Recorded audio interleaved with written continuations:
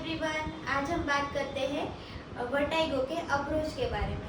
मैंने ये कॉमनली देखा है कि जो ओपीडी में पेशेंट होता है उसकी मोस्ट कॉमन कंप्लेंट होती है कि मैडम चक्कर आते हैं।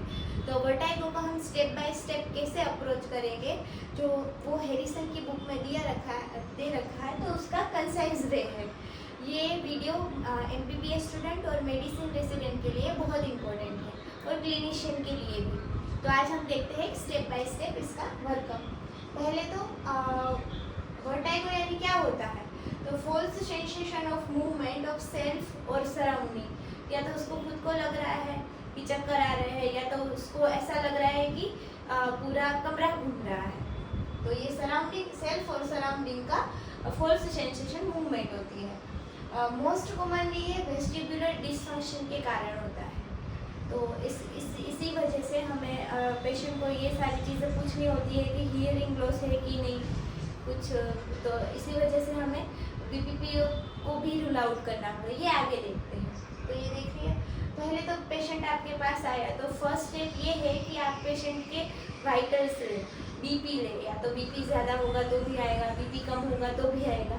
ये सारी मेन कॉमन चीज़ें हैं। अब हम देखेंगे कि जो ये एक जैसे दिखने वाले जो शब्द हैं, जैसे कि वर्टाइगो, प्री-सिंकोप, डिसइक्विलिब्रियम और लाइट हेडेडनेस, इसमें क्या क्या डिफरेंस है। वर्टाइगो यानी क्या होता है, स्पिनिंग सेंसेशन होता है।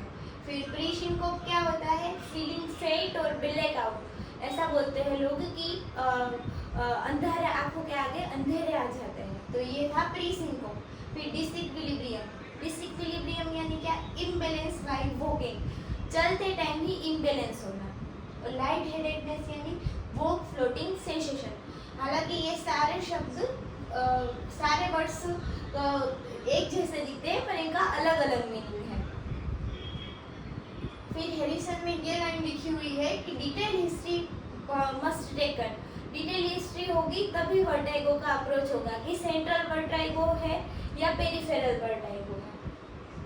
फिर हम क्या पूछेंगे पेशेंट को कि ड्यूरेशन पूछेंगे कि ड्यूरेशन कितने टाइम तक रहता है, सेकेंड, मिनट, डेज या परसिस्टेंट रहता है।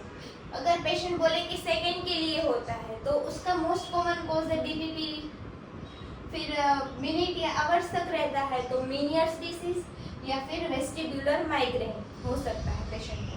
फिर डेज तक होगा तो वेस्टिबुलर न्यूराइटिस होगा। और अगर परसिस्टेंट न्यूरोडेफिशिएंट होगा तो स्ट्रोक या सेंट्रल वर्टाइगो। बेसिकली ये टॉपिक है न्यूरो और ENT डिपेंडेंट। तो और बेसिक मेडिसिन का काम है कि ये पूरी डिटेल हिस्ट्री लेके रूल आउट करे। फिर ट्रिगर और स्पॉन्टेनियस, इसके बारे में पूछेंगे कि कोई ट्रिगर होता है, जैसे कि इन्फेक्शन कोई लगा हो तो उसी की वजह से आता है। उसमें मोस्ट कॉमन कॉज है BPP ट्रिगर में। और स्पॉन्टेनियस तुरंत आ जाता है तो उसमें स्ट्रोक आएगा, वेस्टिबुलर न्यूराइटिस आएगा, मीनियस डिसीज आएंगे और सेंट्रल वर्टाइगो के कॉजेज, ये सारे स्पॉन्टेनियस में आते हैं। और इसके साथ एसोसिएटेड सिम्टम क्या क्या हो सकते हैं इसमें, जैसे कि एसोसिएटेड अगर मीनियस डिसीज हो तो हियरिंग की प्रॉब्लम हो सकती है, टिनिटस हो सकता है, ठीक है। इसके साथ और ये सारे इंडिकेट करते हैं कि ईयर में कोई प्रॉब्लम है, ईयर का डिसीज है। मोस्ट कॉमनली तो होता है BPP, पर मीनियस डिसीज में भी ये देखने को मिलता है और वेस्टिबुलर न्यूराइटिस में भी।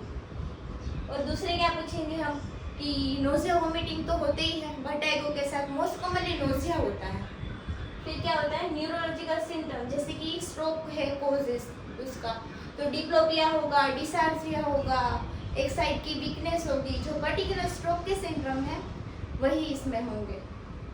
तो ये सारे हमें एसोसिएटेड सिम्टम के बारे में पूछना है, ठीक है। फिर नेक्स्ट स्टेप क्या है, नेक्स्ट स्टेप हमें ये सारा कुछ लिया, फिर हमें पता चलेगा कि ये पेरिफेरल है कि सेंट्रल है। तो उसका हम डिफरेंस शॉर्ट में देख लेते हैं। पेरिफेरल होगा उसमें सीवियर वर्टाइगो होगा और सेंट्रल में माइल्ड और मॉडरेट तक हो सकता है।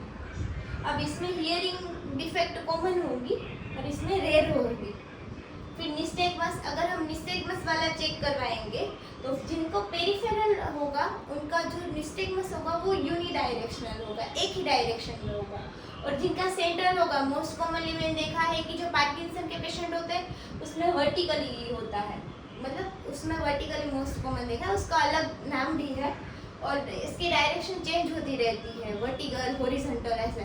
और इनकी ये तो यूनिलेटरल में ही रहेगा पेरिफेरल वर्टिगो। ये मोस्ट इंपॉर्टेंट टेस्ट है जो हमें ओपीडी बेसिस या फिर हिस्ट्री टेकिंग के बाद करना होता है। फिर न्यूरोलॉजिकल साइन, इसमें एब्सेंट होगी पेरिफेरल वर्टिगो में और इसमें प्रेजेंट होगी।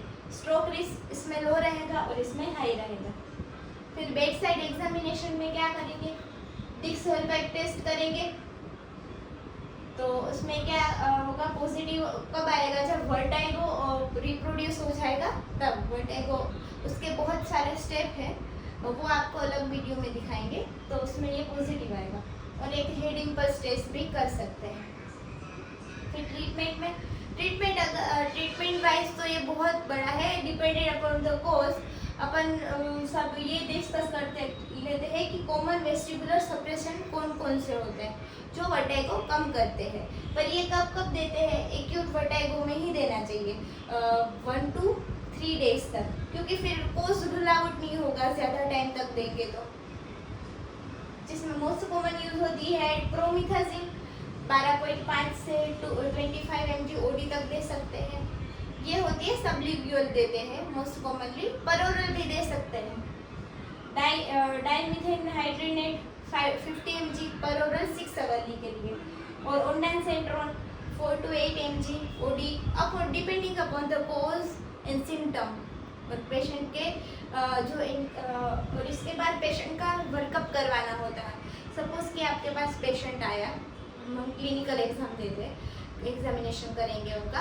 तो पहले हम पेशेंट आया तो पहले बीपी पल्स वो वाइटल्स लेंगे, फिर क्या करेंगे, ये सारी डिटेल हिस्ट्री लेंगे और ईएनटी का चेकअप करवाएंगे, ठीक है। और बाकी सीरम इलेक्ट्रोलाइट सीबीसी ये तो सारा ही।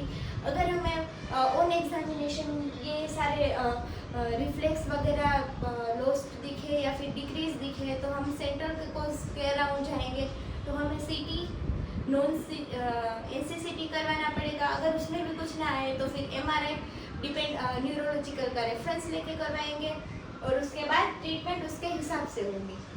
तो आई होप कि आपको ये वीडियो थोड़ा समझ में आ गया होगा, स्टेप वाइज है, शॉर्ट में है। तो ऐसे वीडियोस देखने के लिए मेरे चैनल को सब्सक्राइब करें। Thank you for watching.